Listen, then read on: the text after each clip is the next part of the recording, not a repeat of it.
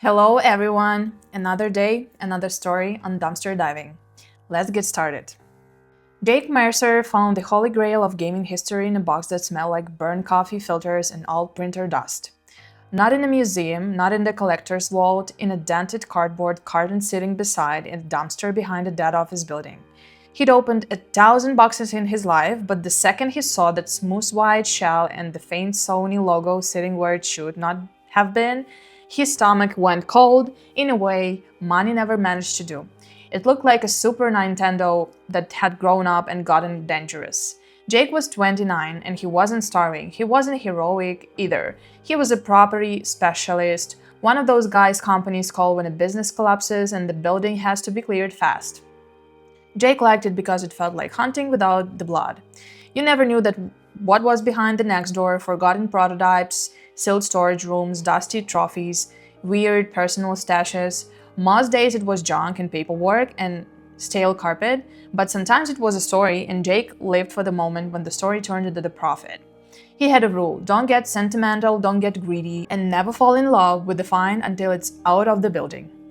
This job was a former tech company from the late 90s, the kind that probably had a ping pong table and big promises right before it died.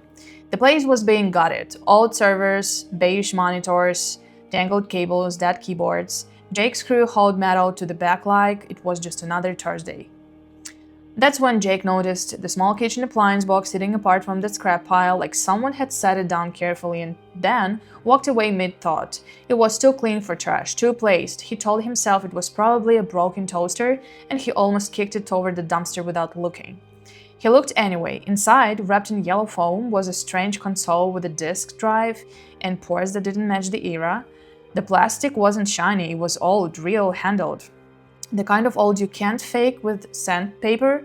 Jake turned it over and saw a labeling that made his heartbeat jump. Nintendo and Sony on the same machine. He'd heard the rumors like anyone else who cared about tech legends. The Nintendo PlayStation prototype, a myth people argued about online, something you're not supposed to ever touch in real life.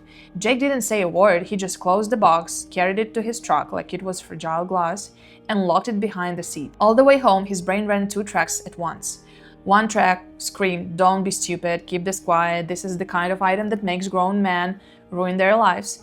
The other track whispered, "This is your white whale, the one that lets you walk away by 35 and never smell another abandoned office again." Jake sat in his driveway long after the engine clicked off, staring at the steering wheel like it might give him advice. He did the one thing he swore he wouldn't do: he fed the internet a crumb. Not a full reveal, not a video, one photo cropped, tight, no serial numbers, no location, just enough to prove it was real. He posted it with a stupid caption meant to stir the pot because Jake liked watching crowds lose their minds. Within minutes, his phone lit up like a slot machine. Comments, reposts, people calling him a liar, then begging him to sell, then offering amounts that didn't even feel like real money. Jake smiled at the chaos until a different kind of message slid through. Not a fan, not a collector, a clean short email from a corporate domain written like someone who never used emojis in the real life. Remove the image, don't display the device, we need to talk. Jake's smile faded, slow and heavy, because in that moment he understood something that made his throat tighten. The prototype wasn't just rare, it was owned in a way normal things aren't. And someone very big had just noticed the guy who cleans out the bankrupt offices was holding a secret they thought was buried forever. Jake didn't sleep. He kept checking the locks on his truck like the console could leak light through the seams. By morning, his post had already escaped him, screenshots everywhere, forum threads arguing, a couple of experts swearing it was fake, and 3 different people offering to pick it up today, cash, no questions. Then the first photo vanished, not deleted by Jack, just gone, pulled down so clean it felt like a hand over his mouth. The next hit wasn't dramatic, it was worse, normal. His phone rang while he was back at the empty office site, loading scrap like nothing has changed. A calm voice said they were risk management for the property owner. They didn't say Sony, they didn't say Nintendo, they said something that landed like a trap. "We are hearing you removed equipment from the demolition area. That's not salvage, that's corporate property. Bring it back and this stays quiet. No yelling, no threats, just kind of tone that assumes you will obey." Jake played dumb. "I toss junk all day, what equipment?" The voice didn't bite. "You know what? We saw the photo, we don't want a scene, return it today." Then came the real twist. They mentioned his company by name and the contract he worked under. They didn't need cops. They could kill his entire career with one phone call and a story about theft. Jake hung up with his hand shaking, not from fear of jail, but from fear of losing the only skill that ever paid him well. He drove home and stared at the box like it was a live thing. He'd wanted a white whale, sure. He hadn't wanted a harpoon pointed back at his throat, so he did what he always did when a job got messy. He tried to outsmart the mess. He called his buddy who ran a small collectibles channel and asked one question: if I show this publicly, can they still bury me? The buddy laughed once sharp. If it's real, public is your only armor.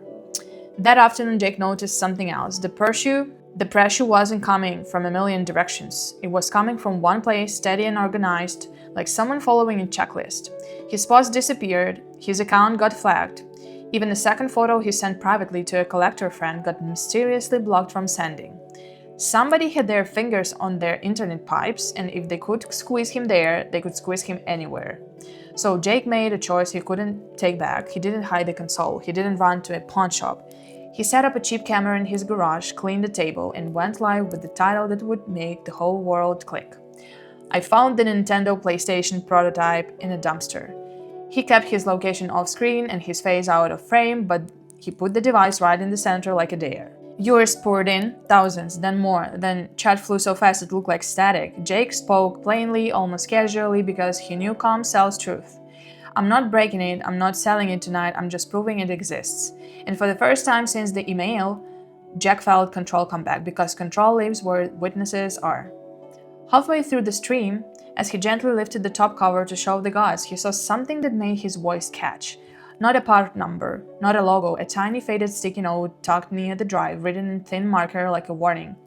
Do not ship, hand carry only. Under it, a second note, even smaller. Prototype loan returned to J.W.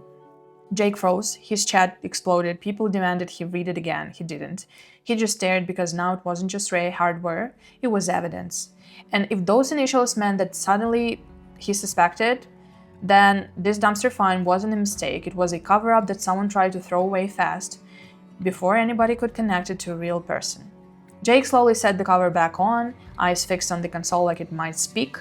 Off screen, his phone began to vibrate again and again, call after call, numbers he didn't recognize. He didn't answer. He just leaned over the camera and said softly, "All right, if you wanted this hidden, you shouldn't have made me famous." Then he ended the live stream, because the next thing he was going to check was the disk drive, and he had a sinking feeling the real reason they were panicking wasn't the console at all.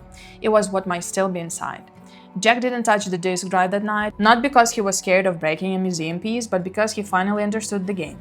If there was anything inside the console, an old demo disc, a handwritten build, even a simple label with a name, it wasn't cool trivia. It was the kind of proof that turns a forgotten prototype into a corporate nightmare, and the people calling him weren't begging for plastic and wires, they were begging for silence.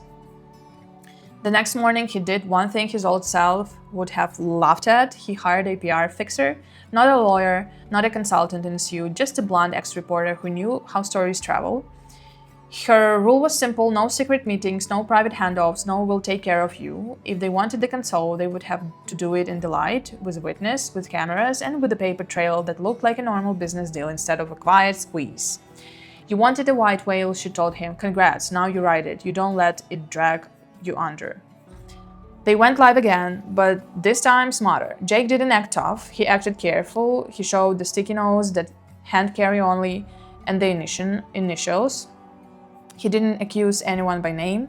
He just asked one question out loud that made every viewer lean in. If this was junk, why does it come with the instructions like it's still dangerous? The chat went viral. Retro collectors clipped it, tech channels stitched it, old gaming magazines posted side by sides, and suddenly Jake wasn't one guy in a garage, he was the center of a story that refused to die. That afternoon the tone changed, the call stopped sounding like threats and started sounding like deals. A different voice, smoother, offered a museum partnership. Then finally a number that sounded unreal but also carefully chosen. $400,000, not a purchase but a consulting package for authentication and historical service. It was corporate language for one thing. We will pay you and you will stop talking. Jake almost laughed at how clean they tried to make it, but he also knew what clean meant. It meant he could walk away alive, free, and paid. He pushed back once, just enough to feel his spine straighten, not for greed, for control. The deal included one condition he demanded through his PR person: the console goes to a public exhibit with his name listed as a finder, and the story stays true. It was saved from a dumpster. No rewriting him into a thief, no painting him as a contractor mistake. They agreed faster than he expected, and that speed told him everything. They didn't want a fight, they wanted the door closed. When the money hit his account, Jake sat in his truck and didn't move for a full 5 minutes. He'd chased big fines for years, but none of them even felt like the freedom. This did. He paid off the last chunk of debt he'd been dragging behind him like a chain. Then did something that surprised even him. He put a big down payment on a small, simple condo, nothing flashy, just a place that didn't smell like drywall, dust, and stress. A week later, he stood in the airport line with one-way ticket to Ireland, feeling like he was committing a crime against his old life. His phone buzzed with messages, people asking for tips, interviews, how did it go, what's next. Jake didn't answer, he powered it off, slipped into his pocket, and looked straight ahead. For once, nobody could call him back into a job. Back in Alabama, the empty office building still got torn down. The dumpster still got hauled away. Most people would never know how close a piece of history came to being crushed into scrap. But Jake knew, and the best part was this: the Giants didn't win by taking it from him. They paid him to let go, on his terms, and for the first time in his life, Jake wasn't hunting anymore, he was gone.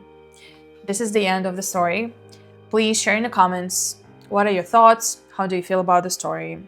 Do you find it interesting, or also what would you do in his place? And if you like the video and the content, please give me the thumbs up and subscribe.